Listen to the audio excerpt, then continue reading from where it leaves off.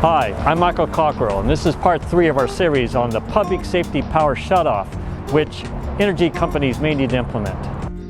In parts 1 and 2, we looked at how the shutoff program works, what occurred during the first event outside Winters on June 7th, and how Delta residents and businesses are planning for potential loss of power. In part 3, we will look at how cities and counties are planning to assist vulnerable populations and ensure vital infrastructure is available. The Lathrop Post Office was established in 1871. Since incorporating in 1989, this fairly new city is growing rapidly, with a current population of around 24,000. The city is a mixture of industry, transportation, and residential homes. Throughout its history, Lathrop has experienced outages due to past emergencies such as floods and extreme heat. This clearly shows in their preparation and planning for not only their community, but nearby county residents for power shutoffs. We're a young city, so with that, when the growth happens around here, which has happened, rapidly over the last few years, we prepared because we do live in a flood zone. So we were prepared for our infrastructure mainly to make sure that we had power backup. So a lot of the infrastructure that is in place now has power backup. The only one that I think we identified was in the older part of Lathrop, and we already identified that and have purchased a power generator to back that pump station up. Discovery Bay started as a small vacation home community, has grown into a community of 15,000, which includes a marina, yacht club, and a gated golf community. That is what makes us unique, is we have a thriving water community where we have homes on the water, marinas, we have yachtsmen, we have paddle boaters, etc., that all enjoy living here on the Delta. Manteca, founded in 1861 with a population of about 75,000, has experienced emergencies in their past, such as train derailments, floods, extreme heat and cold situations, plus 2 1996 Western States power outages. Each time, they pulled together as a community to deal with the consequences of a situation. And now, they face the uncertainty of PG&E power shutoffs. Well, Manteca is kind of in the middle of the Central Valley. We have I-599 and the Highway 120 bypass, including Union Pacific tracks that go right through the middle of town. So I would say transportation issues are a huge thing for us. Now, we also are lucky in that we have very strong support from our city council and our city staff to prepare for this. So we've put a lot of teams together to take care of those transportation issues or the shelter issues or any significant thing that we can think of. We throw people at it and start working on how are we going to deal with this. Calaveras County is in the Sierra foothills, directly east of the Sacramento-San Joaquin Delta, which is fed from their rivers and streams. Much of Calaveras County is in Tier 2. However, there are elements of Tier 3, which is extreme fire hazard. The tier system was established by the California Public Utilities Commission to designate those areas of the state with elevated and extreme potential for utility-caused fires. 31 portions of this represent each and every community here in the county that was affected, which they all were by Butte Fire. Calaveras has had past experiences with threats to their community's health and safety from devastating wildland fires. From these experiences, they have learned to plan to maintain vital life-sustaining infrastructures and assist vulnerable populations if the power is shut off. Their communications plans are structured to reach out to all parts of the community, even those without internet access. We will be utilizing, like I said, our RACES, which is our ham radio operators. We'll be utilizing standard radio. We're also going to be pushing out through our social media outlets, also through newspapers. Any way we can get the information out, as well as attaching bulletin board bulletins. All of our communities have little community centers where there's bulletin boards. We're going to be pushing a lot of information out on flyers. Another historic foothill community is the city of Plymouth in Amador County.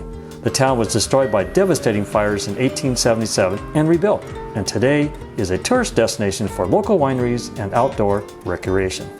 We are a small community. You know, the last census says we're at about 1,008. We know we have more people than that. What makes Plymouth unique is, and probably not unique in Amador County, but maybe in the region, is that everybody knows their neighbor. And if I need help, there isn't a problem going and knocking on the door and saying, hey, can you help me? 4 communities in 3 counties, some in elevated or extreme fire threat areas. Others may be impacted if PG&E implements a public safety power shutdown to avoid a wildland fire. They are all facing the same issues: how to protect their citizens in the event of a public safety power shutdown, especially the vulnerable populations that have medical or financial issues. I don't think any cities are really ready to go 5 days without power, but we're taking steps to make sure we're as prepared as possible.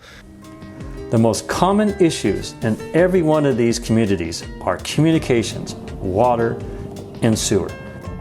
We provide water and wastewater services to approximately 15,000 residents. And in the event of a power shutdown by PG&E, we are prepared. We have stationary generators at our water plants, and we have portable generators that we can use at our sanitary station lift stations. So we're prepared to provide essential water and wastewater services in the event of a power shutdown. With any kind of disaster and emergency, we are as prepared as we can be with the information we have. Our infrastructure, our sewer plant, we have that prepared so it'll continue to run, which is important. Our water is dependent upon gravity. So at this point, I think we're prepared for a short-term kind of emergency. We're currently in the process of purchasing 2 backup generators for our lift stations, which will keep sewage out of the streets if power goes down. All of our pumps and wells are already on backup generations, so we will have running water, we'll have fire hydrants, we'll have working toilets. And what are the needs of our community is going to be the basic 4 needs. It's going to be water. Once we bring it in, we got to get rid of it, so sewer, wastewater, police services, and then fire and medical of anybody that has, that is non-ambulatory or ambulatory that has battery-operated devices. The other things that we're preparing to do are purchase portable generators for charging electrical devices, things that we could put at our emergency shelter so people could come there to charge their cell phones or their laptops. Of course, life-saving medical equipment would have priority.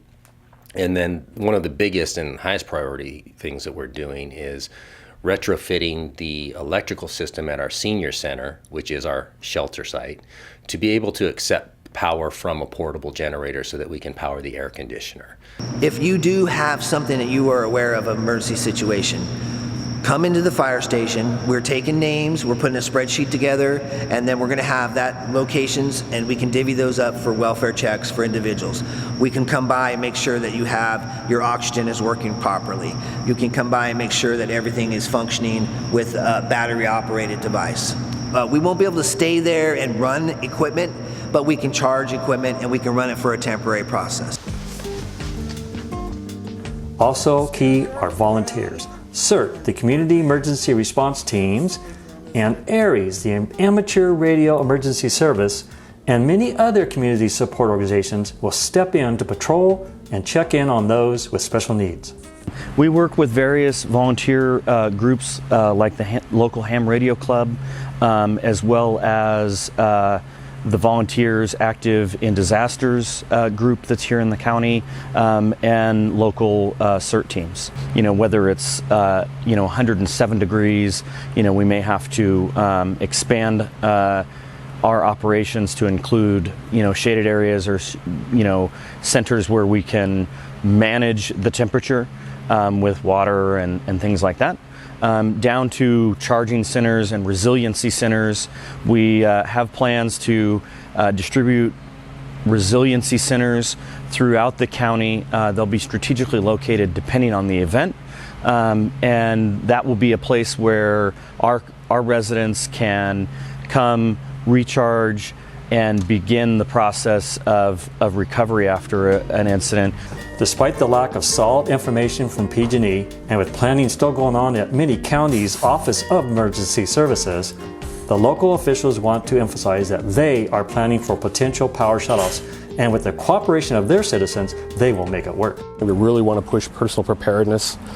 We have limited resources in the county, So those that have the resources for transportation already lined up, please secure and make sure that you have that. Our transportation system is limited, but we're going to try to do the best we can to get out to everybody we can. But those that already have the means of transportation to get down to resiliency centers, please utilize that so it doesn't tie up our system, so we can get to those who truly, truly need the transportation.